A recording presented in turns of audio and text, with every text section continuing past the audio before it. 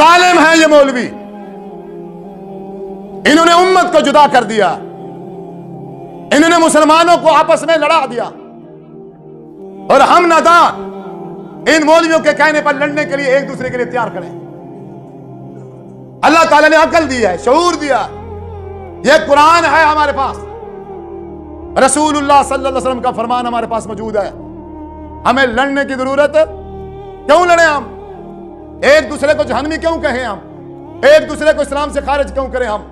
एक दूसरे पर कुफ्र का फतवा क्यों लगाएं? और जब हमारे पास हदीस मौजूद है, लड़ाई करने से पहले, फतवा लगाने से पहले हर बंदा, मैं कह रहा हूं कि आप सल्लल्लाहु अलैहि वसल्लम का तरीका नमाज पढ़ने का रफ़ुल दैन करके है।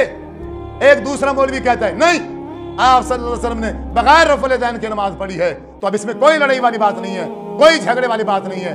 अब जिसकी बात हदीस रसूल से मिल जाए उसको ले लो, और जिसकी बात हदीस से न मिले उसको छोड़ दो, वो गलत है।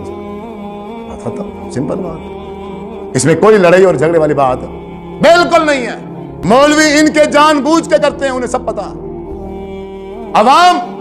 अवाम मसरूफ है दुनियादारी में, मरने का कोई होश नहीं है, आखिरत की किसी को तैयारी की फिक्र नहीं है। यह सब कोई बंदा भी थोड़ी देर ठहर के, थोड़ा सा वक्त निकाल के, इतनी अहम इबादत, अहम नमाज के जिसके बगैर इंसान का कोई अल्लाह के अमल काबिल कबूल नहीं होता, उस नमाज को हदीस खोल के चेक करने के लिए कोई तैयारी नहीं। इतने सुस्त मुसलमान, इतने गाफिल मुसलमान हमने नहीं देखे तारीख में नहीं। आज 1400 साल के बाद आज मुसलमानों की ये हालत और कैफियत हो गई है। मस्जिद में 5 बार आ रहे हैं, एक दिन में मस्जिद में 5 बार आ रहे हैं, उसी इमाम के पीछे नमाज भी पढ़ रहे हैं। ओ भाई, किसी एक नमाज के टाइम सिर्फ 5-10 मिनट के लिए बैठ जाओ, उसी मौलवी साहब से जहां जा रहे हो उसे कह दो भाई आप खड़े हो जाएं, आप हदीस उठाएं, मुझे दिखाएं कि आप सल्लल्लाहु अलैहि वसल्लम ने नमाज कैसे पढ़ी। इतना ही नहीं कर सकते, ये कोई मुश्किल काम है?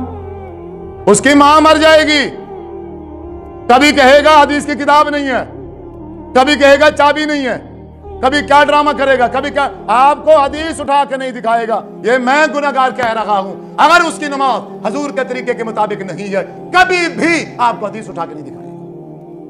और जिस मुसलमान की नमाज हजूर के तरीके के मुताबिक है, आप ऐसे बोलेंगे, उसे कहेंगे, वो खुशी से झूम जाएगा, वो खुश हो जाएगा। अगर उसके पास हदीस की किताब ना हुई, जहां से मर्जी उसको किताब लानी पड़े, वो ढूंढ के तलाश करके किताब ले आएगा और आपके घर आके आपको वो हवाला दिखाएगा और खोल खोल के तरीका दिखाएगा। ये निशानी है।